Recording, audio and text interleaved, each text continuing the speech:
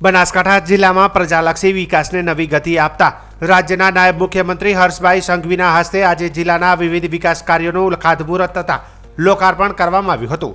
નાયબ મુખ્યમંત્રીએ પોતાના બનાસકાંઠા પ્રવાસની શરૂઆત કાંકરેજ તાલુકાના કાકર ખાતે આવેલા શંભોર માતાજીના મંદિરે દર્શન કરીને કરી હતી। ત્યારબાદ નાયબ મુખ્યમંત્રી હર્ષ સંઘવીએ ડીસા તાલુકાના ભીલડી ગામ ખાતે સ્થિત ભીલડિયાજી જૈન તીર્થમાં ₹11.3 કરોડના વિવિધ વિકાસ કાર્યોનું ખાતમુહૂર્ત કર્યું હતું।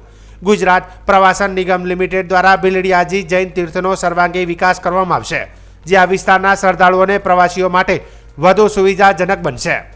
આ પ્રસંગે નાયબ મુખ્યમંત્રીએ જણાવ્યું હતું કે વડાપ્રધાન નરેન્દ્ર મોદીના નેતૃત્વમાં સમગ્ર દેશમાં ધાર્મિક તથા સાંસ્કૃતિક વારસાના વિકાસ માટે સતત કાર્ય થઈ રહ્યું છે।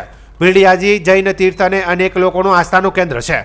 આ મંદિર જ્ઞાન, તપસ્યા અને આધ્યાત્મિક ઉર્જાનું જીવન પ્રતીક છે।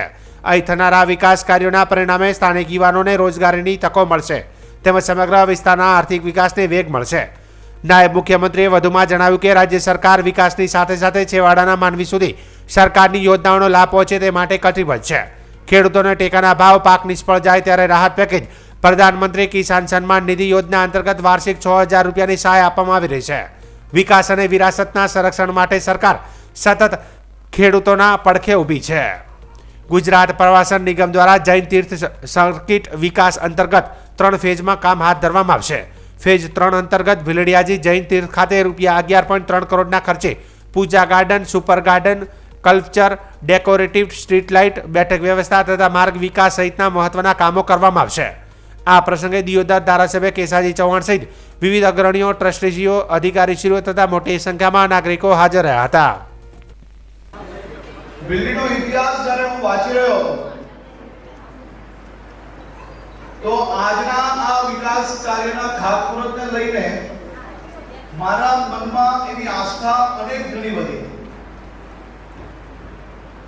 વિકાસ કામો એ માત્ર લોક ઉપયોગી કે લોકોને સારું દેખાય એટલા પૂરતું જ નહીં, પરંતુ આ ભીલડીનો વર્ષો વર્ષ પહેલાનો જે ઇતિહાસ હતો ને ઇતિહાસને ભૂસાવી લેવાનો જ્યારે પ્રયાસ કર્યો ને પાછો ભીલડી કઈ રીતે ઊભું થયું કે જ્યારે હું વાંચી રહ્યો હતો તો મારા મનને ખૂબ આનંદ થયો કે પ્રજાને ક્યારે બી ઇતિહાસ ભૂલવા ના દેવાય અને ઇતિહાસને ફરી એકવાર ઉજાગર કરવા માટે આજની આ આખી ડિઝાઇનમાં હું આજે અહીંયા એક એલાન કરું છું કે ભીલડી તીર્થમાં જે આ વિકાસનું કામ થાય છે તેમાં એક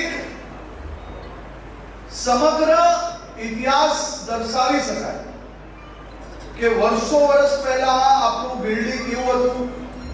ત્યાં 125 થી વધારે વર્ષો પહેલા શિખરબંધ દેરાસરોથી લઈને આપણા સનાતન મંદિરો અહીંયા હાજર હતા અને ભીલડી એક ખૂબ મોટું આસ્થાનું કેન્દ્ર એ વખતોમાં બી રહેલું અને આ જ ભીલડીને ત્રંબાવતી નામની ભવ્ય નગરી તરીકે બી ઓળખાતું હતું। એ આપણા ભીલડીમાં ફરી એકવાર એ ઇતિહાસને ઉજાગર થઈ શકે, ઇતિહાસ ક્યારેય ભૂલી ના શકાય તે માટે મારી ઉંમરના સૌ યુવાનો ભીલડીની ધરતીમાં કેટલાય લોકો કેવા લોકો આ દેશ માટે કેવું કામ કર્યું છે એ જ્યારે એમને અંદાજો આવશે તો જરૂરથી એમના ધરતી પ્રત્યે એમની શ્રદ્ધા હજી બી વધશે।